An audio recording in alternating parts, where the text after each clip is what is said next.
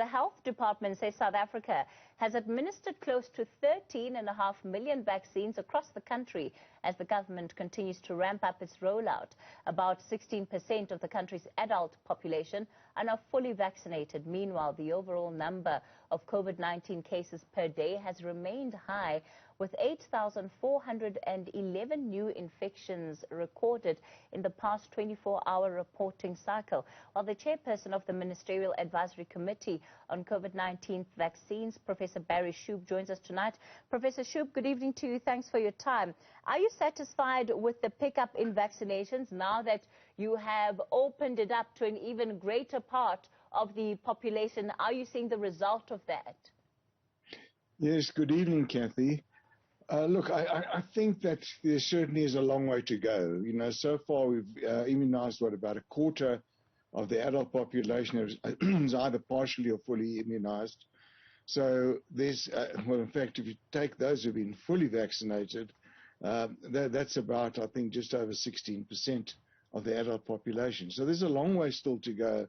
And I think this is really where we are concerned. There certainly was a lot of enthusiasm a couple of weeks ago. We're just a bit worried that there's now the problem of two things. One of them is apathy. People need to be energized, need to be convinced to take the trouble to go and get vaccinated. And the second problem is hesitancy. People are nervous, and we need to communicate to them that these vaccines are safe and effective. So this is where the concerns lie at the moment, those two factors.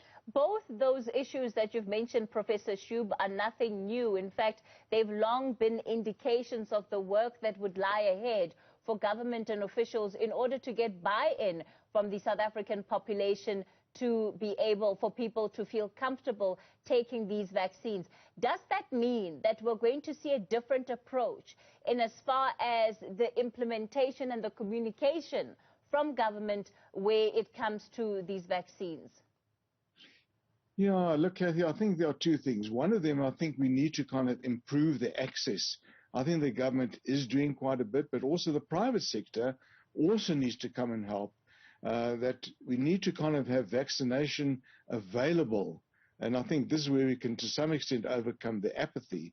Have vaccination available at as many sites as possible, even mobile sites, taking vaccination to industries, to where people work. I think that's going to address, hopefully, the apathy side. With regard to the hesitancy side, we need to have what we call trusted communicators. We need to have a cadre of communicators that are culturally, language, all that appropriate to the various populations who at this stage are justifiably asking questions, and they need to have that information. Much of our population doesn't have access to electronic media, and that information needs to be imparted to the entire population as soon as possible.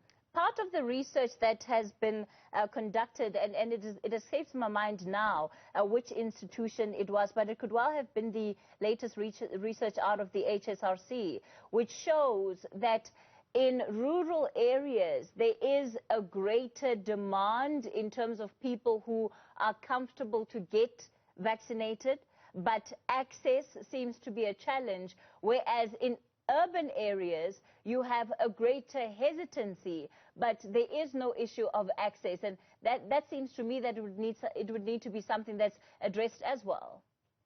Yes, Kathy, you're right. This was one of the kind of, in a way, puzzling findings, it's kind of, or I should say, surprising findings from the HSRC survey, is that the hesitancy, in fact, is more pronounced in the urban areas where there's greater information being given out than in the rural areas.